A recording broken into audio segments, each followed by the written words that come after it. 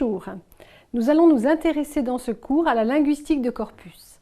Mais avant d'aborder cette discipline ou cette approche, il faut évidemment commencer par se demander ce qu'est un corpus. Le Trésor de la langue française, le grand dictionnaire de référence du français, définit les corpus dans le domaine de la linguistique comme un ensemble de textes établis selon un principe de documentation exhaustive, un critère thématique ou exemplaire en vue de leur étude linguistique.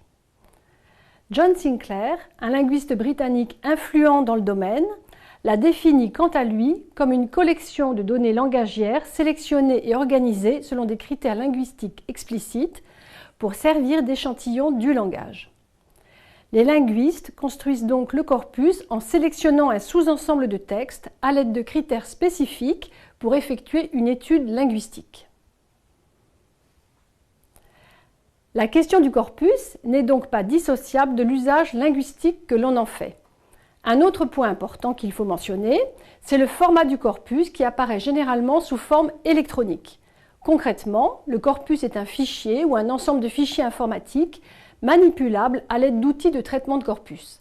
Cet aspect informatique n'est pas anecdotique, car c'est par le biais de l'ordinateur que l'on pourra effectuer les traitements sur le corpus, par exemple extraire les occurrences en contexte d'une expression, comme toutes les occurrences de l'expression « comment dirais-je » dans le corpus du français parlé parisien, ou repérer les noms les plus fréquents dans un corpus de français scientifique comme Scientext. Ces recherches dans les corpus ne peuvent pas être effectuées à la main ou très difficilement, car cela exigerait que l'on parcourt tous les textes manuellement, ce qui n'est pas réalisable. Cependant, la linguistique de corpus ne se focalise pas sur l'informatique, qui ne reste ici qu'un moyen d'accéder à des informations linguistiques pertinentes pour répondre à des questions spécifiques.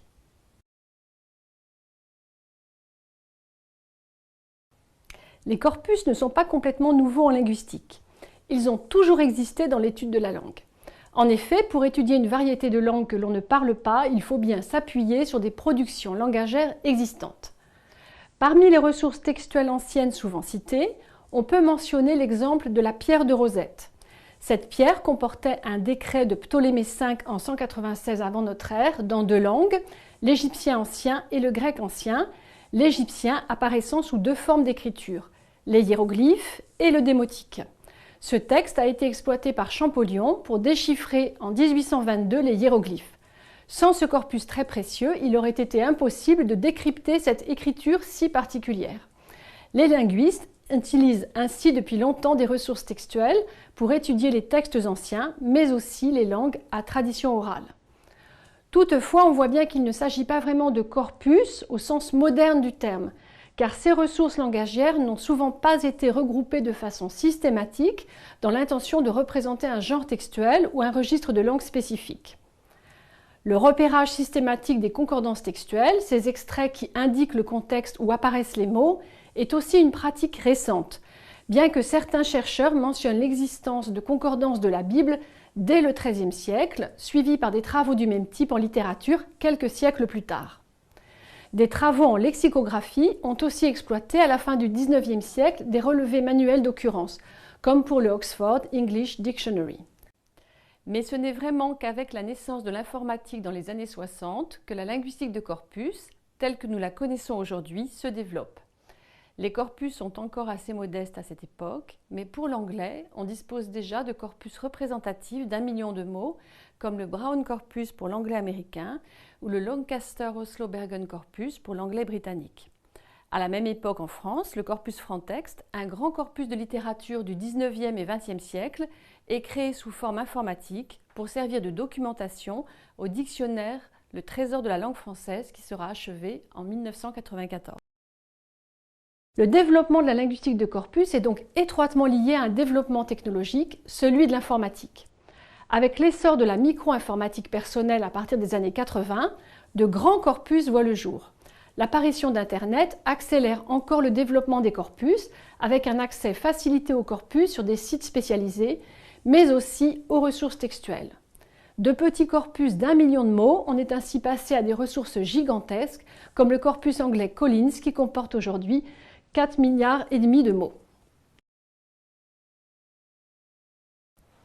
Maintenant que nous avons brossé un portrait plus clair de la notion de corpus, Passons à la notion de linguistique de corpus, que l'on peut définir comme un domaine de la linguistique qui se donne pour objet une réflexion sur les données langagières, orales ou écrites, pour les études linguistiques. Elle abordera les problématiques liées à la constitution du corpus et des métadonnées, à l'enrichissement des données sous forme d'annotation ou à l'exploitation des corpus. Dans la perspective de la linguistique de corpus, on étudiera donc essentiellement le langage à travers les productions authentiques des locuteurs, orales ou écrites, et non en utilisant juste ses compétences de locuteur. Toutefois, ce domaine est assez hétérogène et il existe plusieurs conceptions de la linguistique de corpus. L'ouvrage de référence de Benoît Habert, Adeline Nazarenko et André Salem s'intitule d'ailleurs « Les linguistiques de corpus », ce qui traduit bien les différentes conceptions que l'on peut avoir de ce champ. Certains linguistes considèrent la linguistique de corpus comme une véritable discipline théorique de la linguistique. C'est en particulier le cas des linguistes britanniques qui s'inscrivent dans la filiation de John Sinclair et de Firth. Pour ces chercheurs, le corpus n'est pas seulement un ensemble de données ou un outil pour collecter des observables, c'est un concept majeur de la théorie linguistique, comme le dit Stubbs. Cette perspective est souvent associée à l'approche guidée par les corpus ou corpus-driven approach, selon les termes forgés par Tonini Bonelli. Dans cette perspective, le linguiste qui analyse les données ne doit pas avoir de modèle théorique préconçu. Dans sa version maximaliste, cela veut aussi dire que l'on refusera tout pré-traitement linguistique des données textuelles, comme les annotations linguistiques de lématisation, qui permettent de faire une recherche sur les formes canoniques des mots, par exemple les infinitifs pour les verbes. Une autre approche voit la linguistique de corpus plutôt comme une méthodologie, un appui sur les données à tester pour valider des hypothèses ou mettre en évidence des phénomènes qui ont été modélisés. L'approche est plutôt basée sur les corpus ou corpus-based. Un modèle théorique ou des hypothèses préexistent ici à l'exploration des corpus. Cette approche peut recourir au corpus en effectuant des études à large couverture sur des données textuelles, par exemple en examinant systématiquement un fait linguistique, ou simplement recourir au corpus comme des bases d'exemples pour vérifier des faits spécifiques. Cette opposition entre une approche guidée par le corpus ou basée sur le corpus peut apparaître un peu artificielle, car de nombreuses études linguistiques recourent souvent conjointement aux deux approches. Il faut aussi signaler que l'approche dépend souvent des objets d'étude. La lexicologie ou la lexicographie, par exemple, étant plus facilement abordée dans une approche inductive, partant des données pour aller vers des généralisations. Cela peut aussi être le cas de certaines approches en analyse du discours outillé qui utilisent des méthodes de la statistique textuelle, par exemple pour l'étude du discours politique. La syntaxe théorique, à l'inverse, qui s'intéresse souvent à des constructions spécifiques, pourra chercher à valider dans les corpus des hypothèses préalables.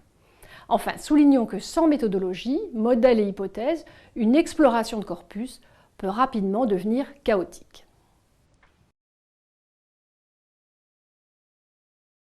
Pour conclure, la linguistique de corpus reste un domaine encore assez récent de la linguistique, ayant pour objet une réflexion sur les données langagières authentiques, orales ou écrites, pour les études linguistiques. Discipline de la linguistique ou méthode développée pour examiner des observables, la linguistique de corpus est étroitement liée au développement de l'informatique, qui ne reste toutefois qu'un outil.